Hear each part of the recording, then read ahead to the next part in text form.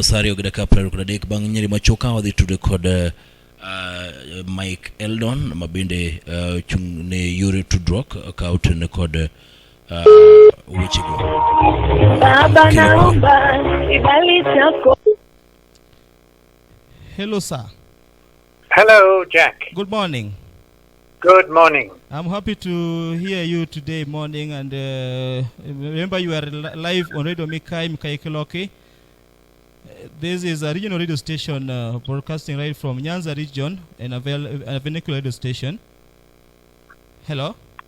Hello. Yes. Greetings to everyone in Nyanza from Nairobi. Thank you very much, and I'm happy that you got in time to talk to us today. Very happy to do that. Okay. I'll be happy that you take us through some issues here that I believe might help the people of Nyanza, especially pertaining to national cohesion and harmony between the people of Nyanza. Okay? I'm ready.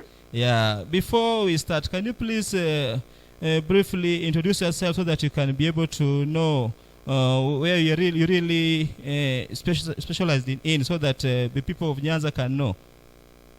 Okay. Yes. Well, I've been in Kenya for 43 years, having been brought up in London. Yes. I'm Kenyan. I'm married to a Kenyan. This is my home. Yes. I will be buried here hopefully in many years' time from now. Yes. My background was in the IT industry. Yes. But for the last 15 years, I've been in consulting. Yes.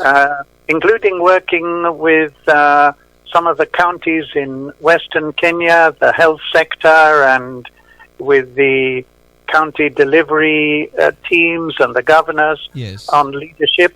So leadership is very much my area. Yes. And strategy. I'm also a director of companies, and I have a column in Business Daily for many years. Okay, thank you very much. And today, I want you to also explain to us how you made it to national cohesion and integration and your role, because I think that is the bottom line of our discussion today. That's right. So Yes. coming to that, Yes.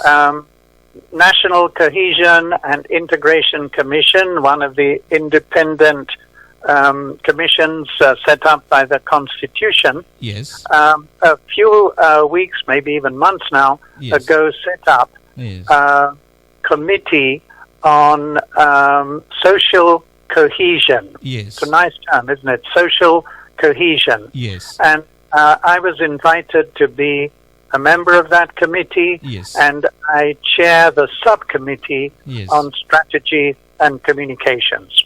Thank you. Okay, to start, I think you're very much conversant with a lot of things in Kenya today. Hello?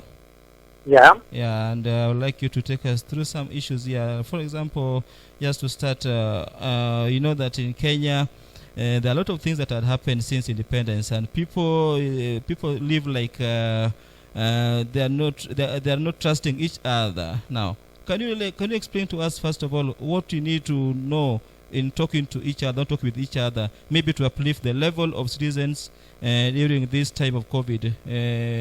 Sorry, could you say that again? I didn't hear clearly. The question? The question is, you know that Kenya, since independence, had been sort of in a situation where they don't trust each other, like ethnic groups. Yeah, you understand that? Sorry, the last two words.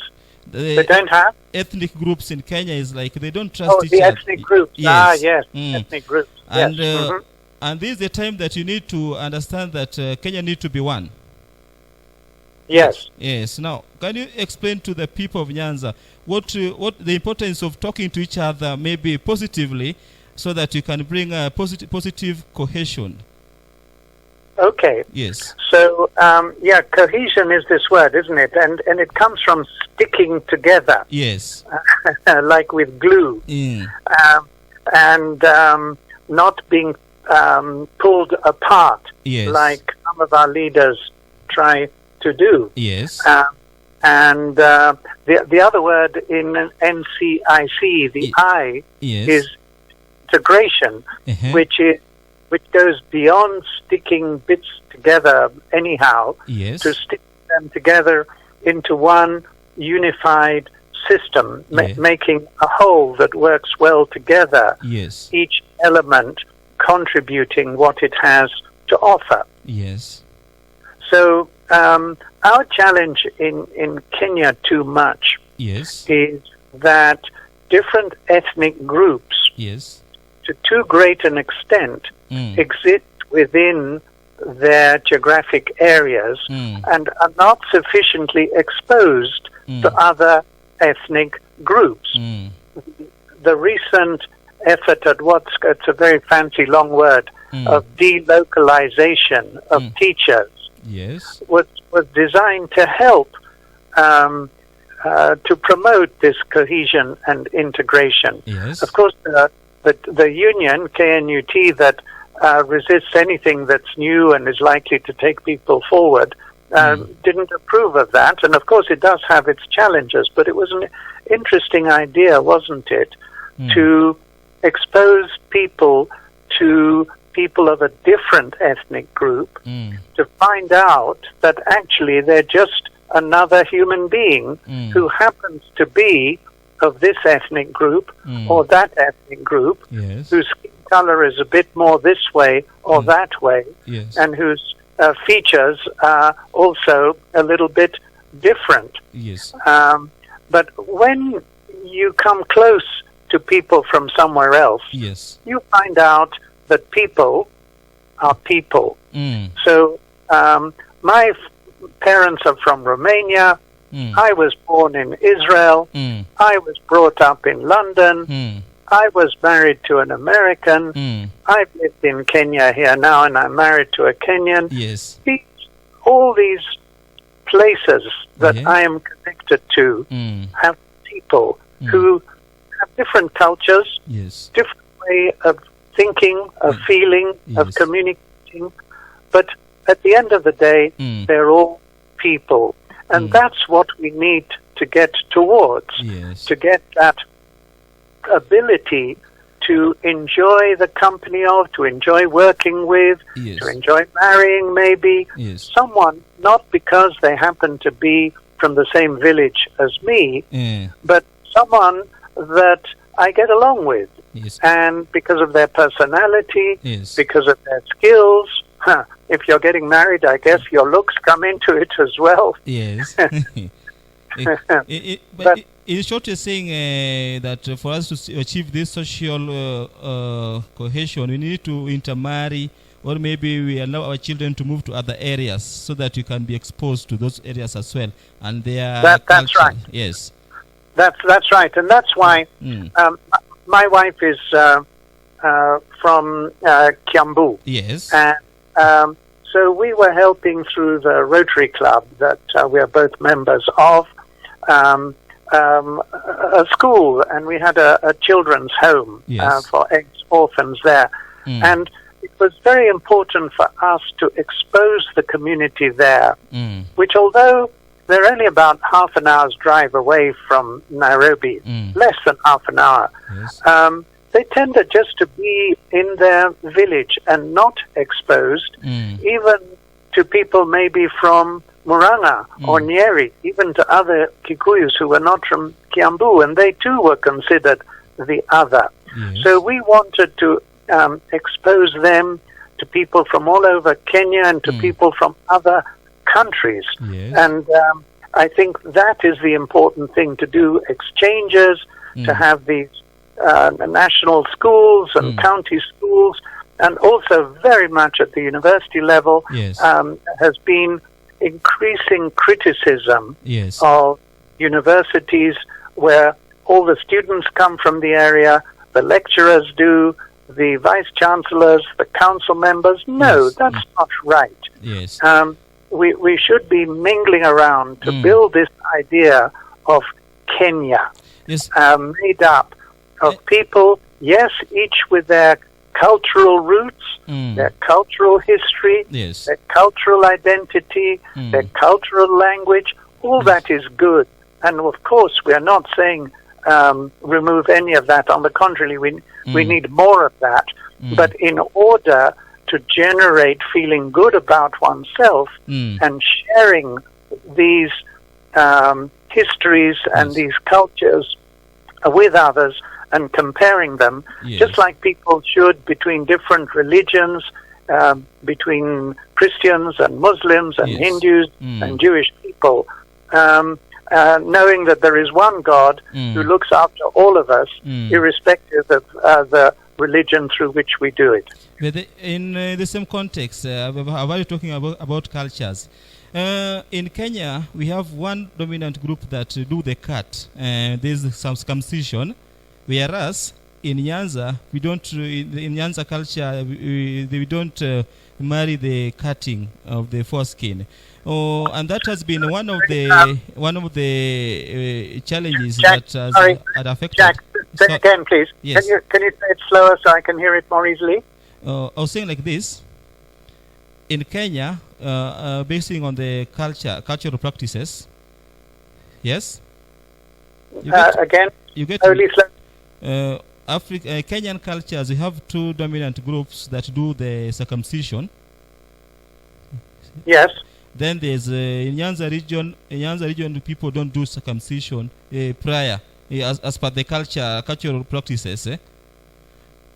And this norm has affected the Nyanza leaders from getting into the top leadership, basing the fact that other ethnic groups feel like if you go for circumcision, then you transit to the next stage of adulthood. Whereas if you don't do circumcision, you are regarded as a child, even though you are an adult. What do you talk about on this as NCIC? How can you bring the national cohesion on this matter? Well, this is the question of different cultures having different ceremonies, different traditions. Yes, and that's fine. Each one has their own.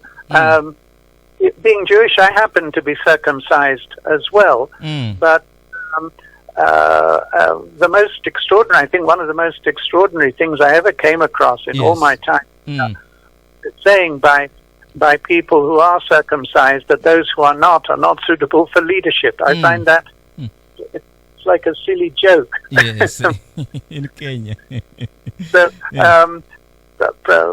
So provided it's done with respect to tradition, to understand cultural traditions, as part of an education in the values of the tradition, of the cultural group. I think all that is good. The interesting thing now is that, for instance, my grandson, my step-grandson, let me say, my Kikuyu grandson, Kuku, he went through a 2-week program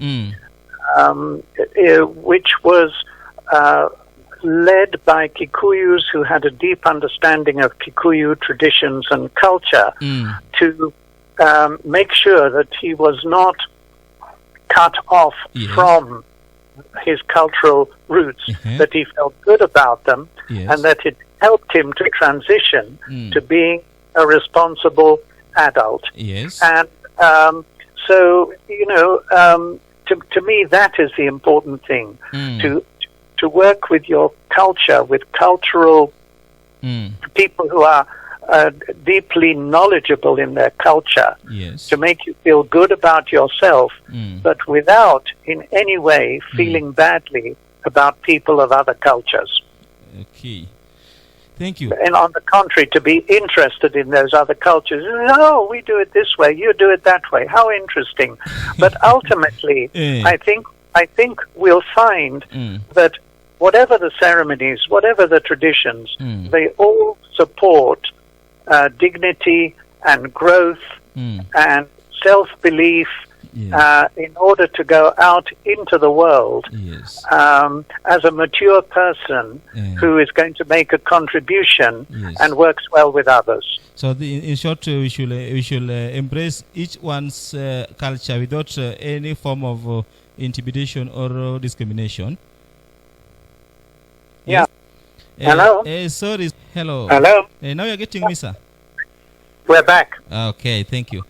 Can we check on this thing as well on leadership, where we get that the people coming up from our villages to want to be leaders up to the national level, and they tend to look at the negative issues so that they transcend to the national leadership. Can this also be a good way of transcending, or maybe a yearning to become popular in the society?